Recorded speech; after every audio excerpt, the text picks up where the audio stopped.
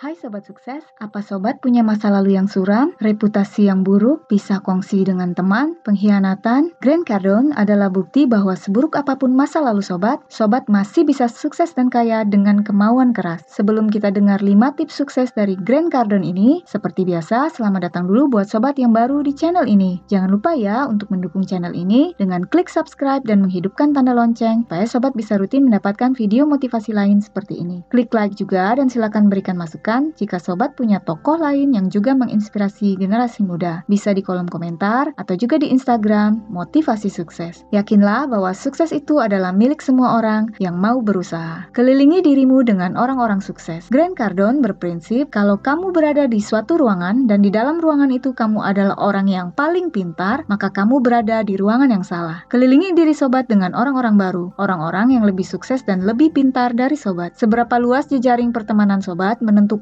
seberapa besar pertumbuhan kekayaan Sobat. Seberapa kaya pola pikir Sobat ada hubungannya dengan siapa-siapa saja teman nongkrong Sobat. Jika Sobat bergaul dengan orang-orang bodoh, tukang nyinyir, atau tukang gosip, Sobat akan menurunkan standar Sobat menjadi sama bodoh, sama nyinyir, dan sama-sama tukang gosip seperti teman Sobat. Jika Sobat bergaul dengan pecandu, maka Sobat akan cenderung menjadi pecandu juga. Grant Cardone mempelajari orang-orang sukses dan kaya. Ini Pak Dr. Joko. Pak Joko punya praktek yang sangat laris. Setiap hari 40 pasien datang kepadanya. Setahun Pak Joko bisa menghasilkan 400 juta, mungkin lebih. Tapi Pak Joko tidak menikmati pekerjaannya. Dia selalu merasa lelah. Pak Joko juga tidak punya waktu lagi untuk keluarganya karena sibuk praktek. Sedangkan ini Pak Walton. Pak Walton menghabiskan waktu sesukanya untuk liburan. Dalam seminggu kekayaan Pak Walton naik 100 miliar, padahal Pak Walton sedang tidur-tiduran. Sudah 30 tahun terakhir ini Pak Walton tidak bekerja lagi. Pelajarilah orang-orang seperti Pak Walton. Pak Walton memiliki kebebasan finansial. Pastikan Sobat juga mengelilingi diri Sobat dengan orang-orang yang memiliki kebebasan finansial. Dengan begitu, Sobat dapat belajar cara membangun passive income sedini mungkin agar bisa sukses dan kaya seperti Pak Walton di masa depan. Bekerja keraslah. Cardone kehilangan ayahnya di umur 10 tahun. Kehidupannya sangat susah. Umur 25 tahun, Cardone masuk rehabilitasi pecandu narkoba. Bahkan, konselor di pusat rehabilitasi meragukan bahwa Cardone bisa sukses. Cardone pernah kehilangan 5 pekerjaan, diancam, dituntut, bahkan dikhianati teman. Tapi Cardone percaya bahwa dia pasti bisa. Cardone percaya bahwa dia punya sesuatu dan dia spesial. Selama 30 tahun, Cardone bekerja sangat keras, 18